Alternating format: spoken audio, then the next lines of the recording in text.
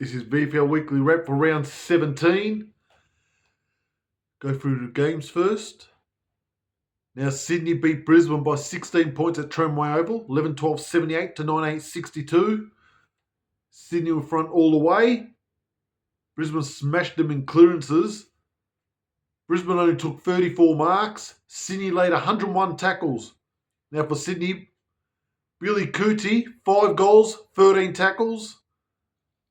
Important win for Sydney. Their last 5 games, 4 wins and a draw. They're going for that top 4. An absolute thrill at the Beach Oval Saturday morning. Sandringham and Southport drew 14-14-98. The Southport 15-8-98. Now the Sharks were 26 points up early in the last quarter. A game that they had to win and they still couldn't get the job done. Now for the Sharks, Zach Foote, 32 possessions, 9 marks, 7 tackles, 6 clearances and a goal. Jacob Dawson, 35 possessions, 17 clearances. Now for Sandy, Darcy Churgwin, 31 possessions, 2 goals. But he kicked 2 points in the last 2 minutes to draw the game up. He had 2 shots from the 50 metres, both times. One to put his side a point down, and then one that would have won him the game. Well, it was probably a minute to go when he kicked a point to level up. So Sandringham nearly pinched one there, but a draw. That's basically ended Southport season. Now, low-scoring game at Moorabbin. Geelong beat St Kilda by 26 points, 9-17-71 to 6-9-45. Geelong kicked 2 goals late in the last quarter, so they could have won by more. Angus Hasty for the Saints, 24 possessions, 12 tackles. The last time these two teams met was in the year 2000 in that semi-final match at Northport Oval. St Kilda have now lost 3 in a row. They're gone now. They can't make finals now. Geelong have won 11 in a row. They'll finish on top, no doubt about it. Now, game at Carrara saw Footscray beat the Suns, Gold Coast, by 28 points there. 12-11-83 to 7-13-55. The Suns were goalless in the first half, and it was pretty much it. Now for Footscray, Cooper Craig Peters, 34 possessions, 2 goals, 11 tackles, 13 clearances. What a game. Suns are rooted to the bottom. They've lost 6 in a row. Footscray, just a glimmer of hope now, but they need to win out. Now, game at Arden Street saw an upset. Casey knocked off North Melbourne by 31 points. 14-8-92 to 9-7-61. That's a bad loss for North Melbourne. They look like they can't play finals now. Casey, get a morale-boosting win. Now, game at Frankston Oval saw a belting. Frankston belted up on GWS by 64 points. 20-11-131 to 9-13-67. It was all over at quarter time. Frankston 8 goals to 1. Cade Foster kicked 6 goals. Corey Ellison kicked 5. Good win for Frankston. Now, game at Box Hill City Oval saw Box Hill beat Richmond by 12 points. 10-9-69 to 8-9-57. Finn McGuinness for Box Hill, 35 possessions, 10 marks, 7 clearances. Richmond have lost 6 in a row. Now, Box Hill, they've had 8 games decided by 2 goals or under, and they've won 5 games by single digits. They also beat Richmond at Box Hill City Oval early on in the year, game that I went to. They won by a point with a kick after the siren. Before I get into the 3 games I went to, subscribe to this channel, Kurt Gench, 8878. Now, Saturday, Williamstown beat Tasmania by 6 points at Point Jellybrand, 13-14-92, 11-20-86. Williamstown led by 10 points at quarter time, 7 at half time. Tasmania by 5 points at three-quarter time. A thrilling last quarter, but we'll get to that. The goal kickers for Williamstown, Nathan Colenso kicked 3. Connor Willis, Callan Dawson, Josh Datino Sante 2 each. Aidan Begg 2 for Tassie. The possessions, Toby Trivett killed it, 37 possessions, 9 tackles, 11 clearances. Jack Toner, 32 possessions. Alex Murkoff, 44 hitouts. For the Devils, Bailey Bode, 29 possessions, 10 tackles, 8 clearances. Hugh Dixon, 21 possessions, 10 marks, but he was off target. 1 goal free. It was a beautiful day. A rare sunny day in Williamstown. Hardly any wind. Beautiful for football. Unbelievable crowd there. The Tassie fans showing up. Excellent crowd. I've never seen Point Gellibrand that packed before. I reckon there would have been 2,000 people there. Easy. Great atmosphere. The game wasn't unbelievable, but it was tight all the way. Now, Tasmania were 2 goals up in that last quarter. They absolutely started to dominate Williamstown. They should have put the game to bed. They should have won this game, Tasmania. But then Colenso kicked 2 goals to level it up at the 26-minute mark of the last quarter. And then Payne kicked the goal a minute later. And then Williamstown kicked the last 2 goals. Cunningham levelled it up at the 31-minute mark, and then the 33-minute mark, Sievers kicked the goal. The last 3 goals they kicked were pretty good goals, actually. Not easy shots. Amazing stuff. Williamstown involved in 8 games decided by 13 points or under. Tassie, they've lost 3 out of 4. They're not making top 4. They'll be lucky to make top 6 now, and probably lucky to make finals now after that.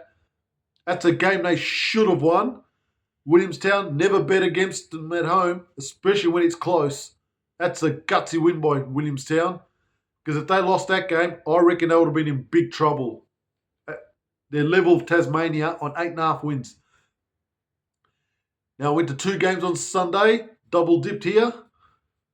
At Windy Hill, Essendon belted up on Coburg by 53 points at Windy Hill. 17-11, 113 to 8-12-60.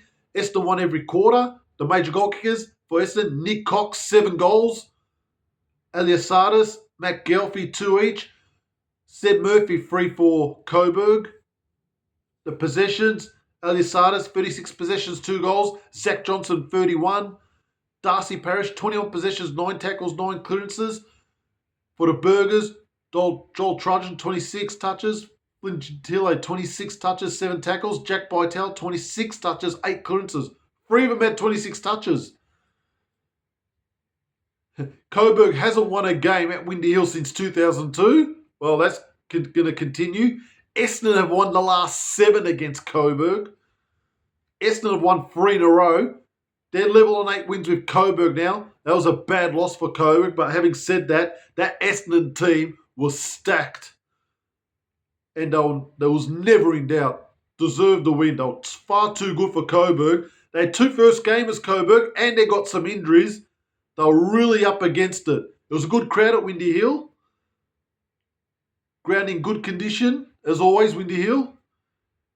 They just weren't in the races, Coburg. Essendon were just stacked. They were just far too good for them. Far too big, far too good. A late season charge by the Bombers. Now I went down to Princess Highway at Chirnside Park. Werribee far too good for Port Melbourne. 38-point winners. 16-13, 109 to 10-11, 71. 4 goals each in the first quarter. Very entertaining first quarter. Werribee 5 goals to nothing in the second.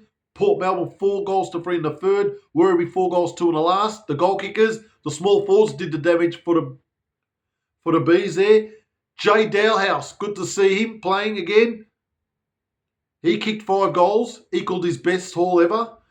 Anthony Di Pasquale 4 goals. I'll tell you what, this guy, ever since he's come into the team, has made that forward line unpredictable. He's got the X factor. This guy's a good player. Lachlan Charlson, he chipped in with 3 goals. Will Elliott kicked 2. Kane Baldwin, the only winner up forward for Port Melbourne, he kicked 4. He's had a good year. The possessions, Don Brew for Werribee, 23 touches, 9 tackles. He actually had the most touches on the ground, so it wasn't a very high. It was just an even spread from both teams. He had 23. Ajahn Kwal-Moon absolutely smashed in the ruck. He just dominated against his old team. 17 touches, 52 hit-outs, 12 clearances, 8 tackles.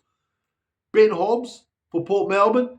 He's been their best player this year, former Essendon player. 22 possessions, 10 tackles, 10 clearances. Only Port Melbourne player to have 20 touches. Werribee smashed them in hit-outs, clearances and marks. It was a nice day at Chirnside Park. It was a Werribee's past play day. Very good crowd. Port Melbourne fans showing up as well. I don't know, there might have been 2,000 there. 1,500 to 2,000. Great atmosphere.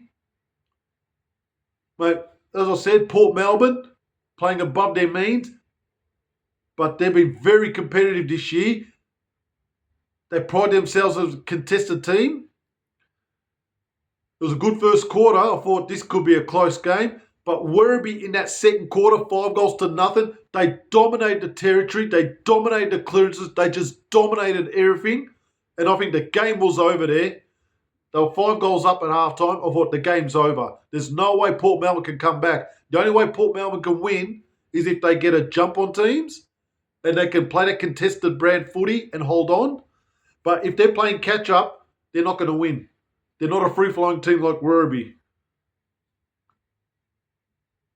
Great crowd, ground in excellent condition. But Port Melbourne had a good third quarter. They absolutely dominated that first half of the third quarter. They just couldn't score. Even though they won the quarter, but it wasn't enough. And then Werribee just ran over them. It's like towards that city end. That's where all the scoring was done, the city end. But there was no wind. It's incredible, that. Always been the scoring end. Now Werribee, head-to-head, Port Melbourne still lead them head-to-head, 33-26. Werribee have won 8 in a row now. And at home, they've won 6, drawn 1, lost 1. They got revenge, Werribee, in that game. Port Melbourne not good enough. Werribee, one step closer to finishing that top 2, which is very important because they get their 2 home finals at Chirnside Park, Avalon Airport Oval. It was a good game, good suburban scrap. Werribee just too good for Port Melbourne. Now the major goal kickers. The goal kickers. Corey Ellison's the new leader, 43 goals. Broden McLaughlin, 40. Don't worry about the rest. The ladder's interesting. Geelong, 14-1. They'll finish top. They're 2.5 games clear of Werribee. 11.5 wins. They're still 1.5 games clear of Box Hill, who are third on 10 wins. Sydney, 9.5 wins. They're top 4. GWS, Frankston, Port Melbourne, all on 9 wins. Tasmania, Williamstown, 8.5 wins. Coburg, 8 wins. They're still inside that top 10. Just outside, it's getting pretty competitive now. Very tight. Essendon, 8. Carlton, 7. The other teams can still make it, but I seriously doubt it. St Kilda, North Melbourne, and Southport Sharks, all 6.5 wins. They're all basically 2 wins out with 4 games to go. So I just cannot see how any of those teams get in. Carlton's got that game in hand, but Essendon's making a late charge. I think forget the rest. Footscray, 6 wins. Casey, 6. They're not going to make it. Don't care. Collingwood, 5. Sandy, 4.5. Brisbane, Richmond, 3. Suns are still 2. Now, the fixture for round 18. 9 games. There's a game Friday. I don't understand this fixturing. Collingwood, St Kilda at La Trobe University, Bundoora, 12 p.m. Like, who's going to go to that game on a Friday at lunchtime? They've got uni there, so you won't get parking there. I can't understand that. St Kilda's playing Sunday, but they're playing Friday. At least play Friday afternoon or something. Ridiculous. Won't be going to that one, that's for sure. Saturday, there's 7 games on Saturday, 1 on Sunday. How ridiculous is that? None of these games appeal to me. Carlton, Gold Coast, Box Hill, Essendon might be interesting, but I'm not going there. Brisbane, North Melbourne, Casey, Geelong. Southport, Frankston will be interesting. GWS, Sydney. That's a big game. I'm thinking about this game. Footscray, Richmond at Winton Oval, 3 o'clock, but probably not. Sunday, the only game, but I'm going to this one. Coburg, Sandringham at Coburg. That's going to be a belter. Port Melbourne, Werribee, Williamstown, Tasmania have the bye. It was another fascinating week of VFL. See you next time.